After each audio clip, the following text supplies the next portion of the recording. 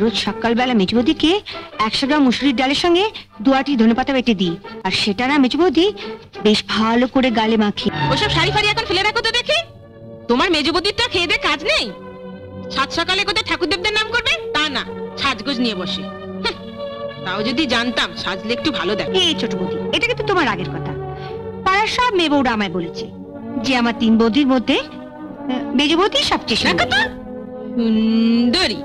সাত সকালে আমার মুখ চুটিয়ে না, ঘুম থেকে উঠে মুখে একগাদা রং মেখে রাখলে সবাইকেই আমার সুন্দর দেখায়।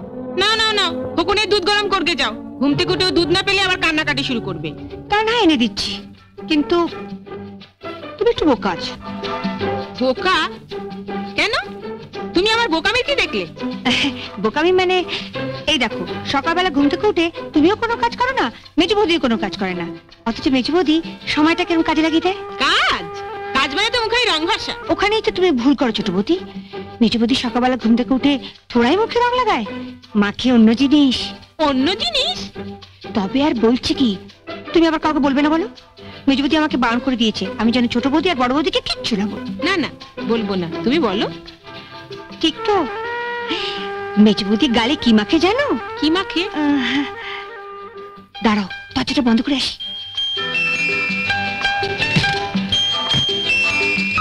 রোজ ঘুম থেকে উঠে মেজো বৌদি ঘরের দরজা বন্ধ করে কেন বসে থাকে জানো? কেন? এই আমি রোজ সকালবেলা মেজো বৌদিকে 100 গ্রাম মুসুরির ডালের সঙ্গে 2 আঁটি ধনেপাতা বেটে দিই, আর সেটা না মেজো বৌদি বেশ ভালো করে গালে মাখে, তারপর ফুসফুটে ফ্যান চালিয়ে ঘন্টা দেড়েক ধরে শুকোয়। আর সেই সময় মেজো বৌদি ঘাড় পর্যন্ত হেলায় না, আরে কথা পর্যন্ত বলে না, পাছে গালের চামড়া টান পড়ে যায়। ধনেপাতার মুসুর ডাল?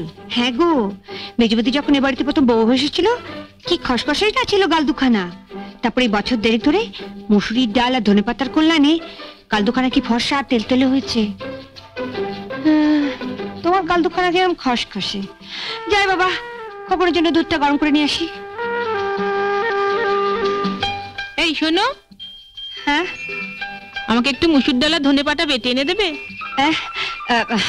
মানে ছেলে দুধ গরম করবো, তোমার জন্য মুসুরির ডাল বাটবো, তারপর এটা কাচবো, এক হাতে কত কাজ করবো ছোট বৌদি। খোকনের দুধ না দিলেও চলবে, তুমি বরঞ্চ আমার জন্য একটু চুপি চুপি মুসুর ডালটা বেটে এনে দাও। ঠিক আছে, তা না হয় দেবো, কিন্তু ছেলে কাঁদলে তুমি সামলাবে।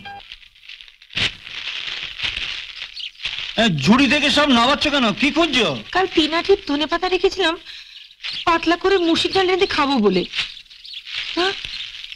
1 আঁটিও পাচ্ছি না, গেল কোথায় সব?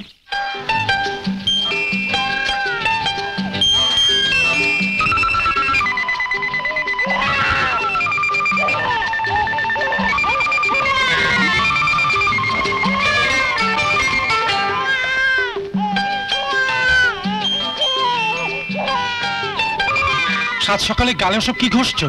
বলছি খোকন যে কাঁদছে শুনতে পাচ্ছ না? আরে কি বলতে চাইছো তুমি? কি সর্বনাশ, কথা বলতে পারছো না? কাল রাতে তো বেশ কথা বলতে পারছিলে।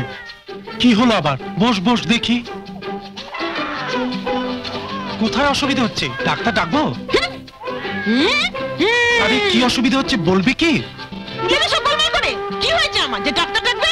যাও, বাচ্চাটা কাঁদছে, তাকে কি থামাও। তখন থেকে ইশারা করলাম, সেই আমাকে কথা বলিয়ে দিলে। কবে যে তোমার মাথায় বুদ্ধি হবে? আমাকে আবার নতুন করে শুরু করতে হবে। কি শুরু করবে? দেখছো না কি করছি? দেখছি তো সেই তখন থেকে। কি মাখছো সব গালে? আসতে বলো, তোমার মেজো বৌদি শুনে ফেললেই কি জানবে? ওর গালের রং ফর্সা আর তেল তেলে হওয়ার গোপন রহস্যটা আমি জেনে ফেলেছি। গোপন রহস্যটা তোমায় কে শিখিয়েছে শুনি? মিনু। আমি তখনই আজ করেছি, এটা তারই কম্য। তুমি যেন আবার মেজো বৌদিকে কিছু বলতে যেও না। লক্ষ্মীটি, ছেলেটাকে একটু সামলাও, আমি একটু গালে ভালো করে ঘষে নিই। এসো বাবু, এসো এসো। মিনু, এই মিনু। মিনুকে আবার ডাকছো কেন? এই মিনু শোন, তুই ওকে বলেছিস ধনেপাতা আর মুসুর ডাল বাটা গালে মাখলে গালের রং ফর্সা হয়? তোর বৌদির জন্য তো জীবনে অনেক কিছুই করলাম, এবার দেখছি গামবুট পরে বনে বাজারে যেতে হবে। চল চল, তোকে দুধ খাইয়ে আনি। কেন বনে বাজারে যেতে হবে কেন? তোমার গালের যা রং ওটা ফর্সা করা ধনেপাতার কাজ নয়, এর জন্য বিচুটি পাতা লাগবে। তা বিচুটি পাতা তো ধনে পাতার মতো বাজারে কিনতে পাওয়া যায় না। বিচুটি পাতা পেতে হলে আমাকে ওই বন বাজারে যেতে হবে। কাল থেকে ওই ধনে পাতার বদলে গালে বিচুটি পাতা ঘষো, তাহলে যদি কেলটে রংটা খুলে গিয়ে একটু ফর্সা রং বেরোয়। কি